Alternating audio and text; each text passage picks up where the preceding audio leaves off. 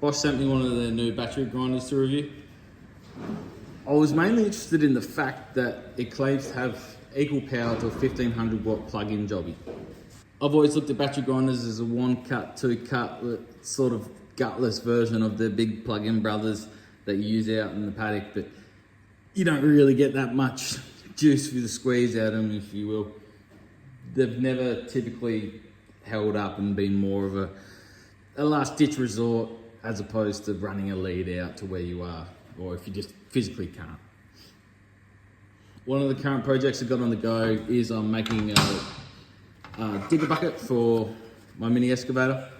I'm making this out of this 5mm steel, majority of it out of this 5mm steel, some other flat plate and stuff, but there was a lot of cutting and shaping and grinding and taking off the old scale and a whole lot of cleaning up work to do, which I thought would be a good test of this grinder and its power.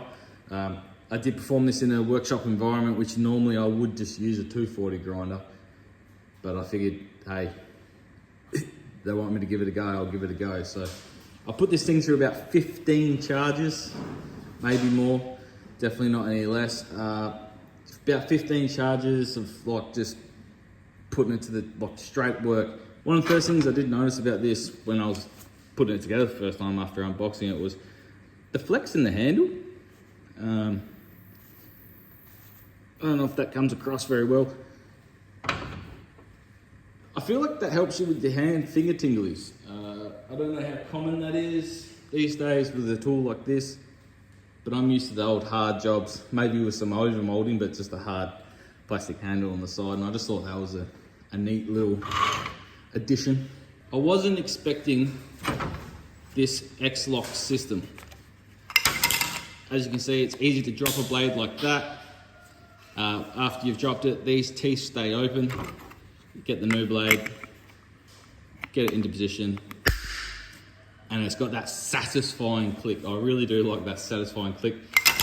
But yeah, it's as simple as that each time. So that's a massive bonus. With this X-lock system, I've heard about it, but I've never actually seen it in the wild. I've never owned an X-lock product or used an X-lock product, so I had no real reason to look into it. Bosch threw in one of their diamond cut blades. These blades are a whole nother subject of their own. It worked fine. It did exactly how I expected a diamond blade to go. Obviously, you don't ever lose blade size. There's less dust because you're not losing the composite, blah, blah, blah. There's a whole lot of reasons why these are cool. Good to have one on hand because if you don't have any of these, at least you can cut something with those. But my personal preference is always going to be the composite disc. I think I got through a full battery charge with this. While this was on charge, I raced out and I bought a pack of these. I found once I put the composite discs in that it started feeling like a real grinder. Like the only difference I had between this and the cord was I had a battery hanging off it and not a cord, legitimately. So there's a tiny little bit of extra weight there, but the actual cutting power and the force and what it was producing felt exactly like a 240 volt grinder. And that's what I was chasing. Which brings me on to the next subject. Bunnings only has these as a marketplace order in on demand item. I've never really used that function with Bunnings. Now, because I was filming this over the Christmas, New Year's break, there's a lot of public holidays, you know, a lot of shorter working hours for different stores, so Bunnings was the main go. I did manage to find these and the grinding discs at my local store, even though my local reckoned they didn't have any. When I was walking around, they were hanging up on the shelf. So they did have them, but availability, I think I took the last 2 grinding discs they had, and I think they had another pack of these left. So almost cleared them out of stock. I don't know if that's because of the popularity or they just don't carry that much. Toolkit Depot, I thought I'd have more luck with, being, you know, Bunnings owns them. They used to be Adelaide Tools. They carried a flat disc and a strip disc, but they didn't carry any cutting discs or grinding discs that I could see. So I thought that was a bit strange since they definitely sell X-lock products. They just weren't selling the consumables to go with them. Total Tools does have a heap of options for all the different accessories you need, so they are out there. Where I struggled was, I can definitely see a lapse at say Sunday afternoon or 7 at night, you just need that one more disc to get where you're going, and you can't get them. If your local Bunnings isn't carrying them, you have to order them in. All the other places are shut. Total Tools shuts around lunchtime on the weekends. You're not going to be able to grab that. Having said all that, with the traditional style grinder, I normally have spares of everything on hand. So this could just be a case of a brand new product for me, so I just don't have the consumables. Whereas I bet you the first time I ever came across a grinder, I had no consumables for it then. So it's like it's the first time owning a grinder, basically. You've got to start collecting your arsenal of stuff. And then once you've got your arsenal, you probably will have those consumables on hand. Bosch isn't the only people doing the X-Lock system now. So now that more and more people are adopting it, whatever's happening with that behind the scenes, that means to me that there's going to be more and more consumables, prices are going to get more competitive. And look, I can't see why this wouldn't become the new norm. It is just better. It's a quick change out, and my definite favourite is that click. So the 8 amp hour battery that they gave me was getting me 20-25 minutes, as I said before. I was really impressed with this. The power that it was giving me, and the fact that I was getting 20-25 minutes depending what I was doing. I was cutting constantly. I was grinding constantly.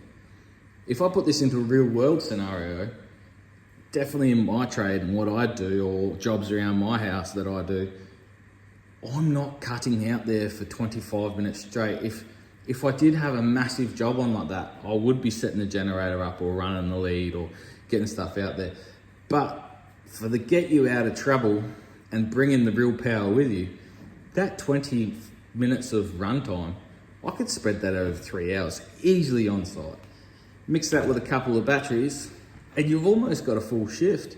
I wouldn't expect that. Normally, well, I'm used to running off older tools, but I get about 5 minutes and the battery's blasting hot, and that's it. Speaking of blasting hot batteries, this little display, she's all healthy right now. There was one time when I was using this came up orange. The little temperature came on, said, "Hey, you're getting hot." I took a pause, felt the battery, and I'm like, yeah, she is getting quite warm. That's a pretty good feature, especially in a shed like this, where it was a 40-degree day in the shade. I've been thinking about it, and I can actually see myself replacing my normal grinder usage with this a lot. So unless I'm in a workshop scenario where I have the luxury of a cord right there or just hanging out, this thing's, it's good. I've been known to have 3 or 4 grinders set up, one with each different type of blade. And looking back on how easy this X-Locks is, that seems greedy now. Like, it's so quick to change these blades, whereas I used to have a grinder, a cutter, a flap, and have it all just sitting there ready to go. Now, let's just swap out the blades. One tool. Used to be so much harder. I can see myself coming in the shed, grabbing this, chucking the blade on, making 1 or 2 cuts, just done.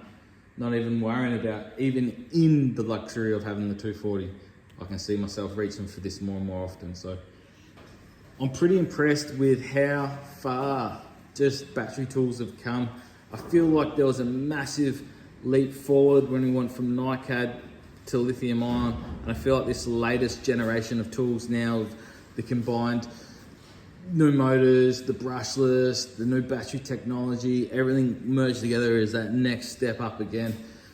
I don't know what's next, little nuclear reactors in tools or just robots to do all the work for us, but these, if you went back 15 years ago when everyone had those NiCad tools, we've come so far. We're getting so much out of these, and this new generation of tools is just, it's impressive.